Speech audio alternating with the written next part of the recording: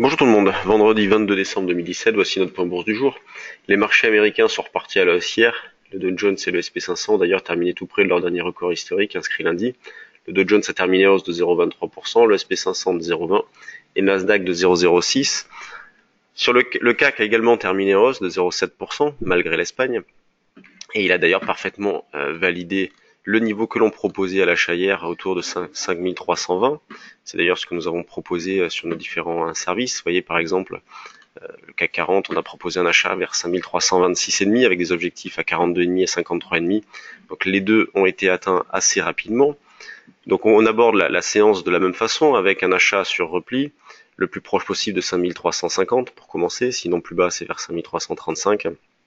Et vu le manque de directionnel, eh bien on accumule des écarts, on essaie de grappiller 15-20 points par-ci par-là, chose que l'on arrive à faire puisque la volatilité est quand même de retour depuis quelques temps, donc on arrive à accumuler un bon nombre d'écarts. Le DAX, le niveau proposé à l'achat hier a également été très bon puisqu'on a pu acheter au-dessus de 13 020. Pour viser par exemple, on avait visé 13 060 et 13 080. Là aussi, on va acheter sur un petit retracement. Le plus proche niveau d'achat sur le DAX a d'ailleurs été atteint. Il se situe au-dessus de 13 045. Vous savez qu'on avait proposé un petit peu plus bas ce matin, vers 13 15-20. Voilà, on prend les mêmes et on recommence. L'eurodoll continue de flotter entre les mêmes limites. Et là aussi, on continue à travailler principalement à l'achat. Il flotte depuis pas mal de temps. Et on travaille avec un biais haussier. Donc la zone d'achat se situe au-dessus de 1,18, 20, 30.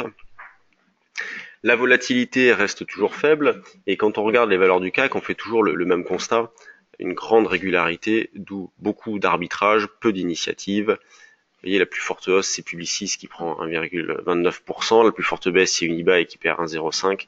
Il n'y a rien de bien méchant, grande régularité, donc ce qui milite en faveur d'une poursuite de la situation actuelle avec une volatilité qui reste correcte puisqu'il y a un petit peu de spéculation et surtout un manque de densité à l'approche de la fin de l'année. Et donc des opérateurs, des institutionnels qui sont sur la touche, qui ne font pas grand-chose depuis pas mal de temps, ils se contentent d'arbitrer un petit peu, mais il n'y a pas de grosses initiatives, c'est normal vu la période.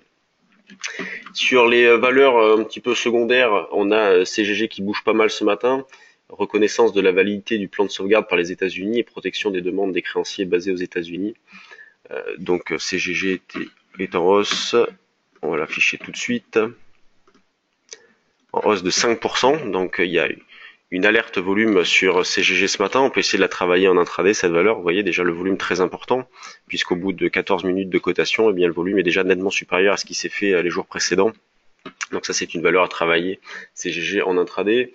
Eurofins Scientifique qui a racheté Pasteur Group, donc un laboratoire brésilien. Quand on regarde les valeurs qui suscitent de l'intérêt ce matin, eh bien on retrouve donc CGG, on retrouve Vallourec aussi, qui est pas mal. Diaxonite d'ailleurs, on pourrait déclencher un signal d'achat au-dessus de 4,85, 5 euros.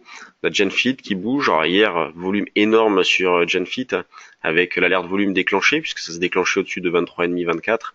Et là, l'action vaut 25. Aviation Lateco Air qui bouge un petit peu. Vous voyez, donc une spéculation qui est assez intéressante tout de même, puisque peu de valeurs qui bougent, mais des valeurs qui bougent fort, donc il y a des choses intéressantes à faire. Les grosses pondérations du CAC, on les voit clairement ici, qui sont plutôt bien orientées, puisque Sanofi, Airbus, Total, LVMH, surtout Sanofi, Airbus, Total d'ailleurs sont parmi les plus fortes hausses. Les bancaires un petit peu à la traîne, BNP moins 0,58, Crédit Agricole moins 0,60, donc pas d'écart significatif. La semaine prochaine, pensez, lundi, mardi, les marchés sont fermés, donc on se retrouve mercredi pour un nouveau point bourse. En attendant, passez de bonnes fêtes et bonne séance à tous.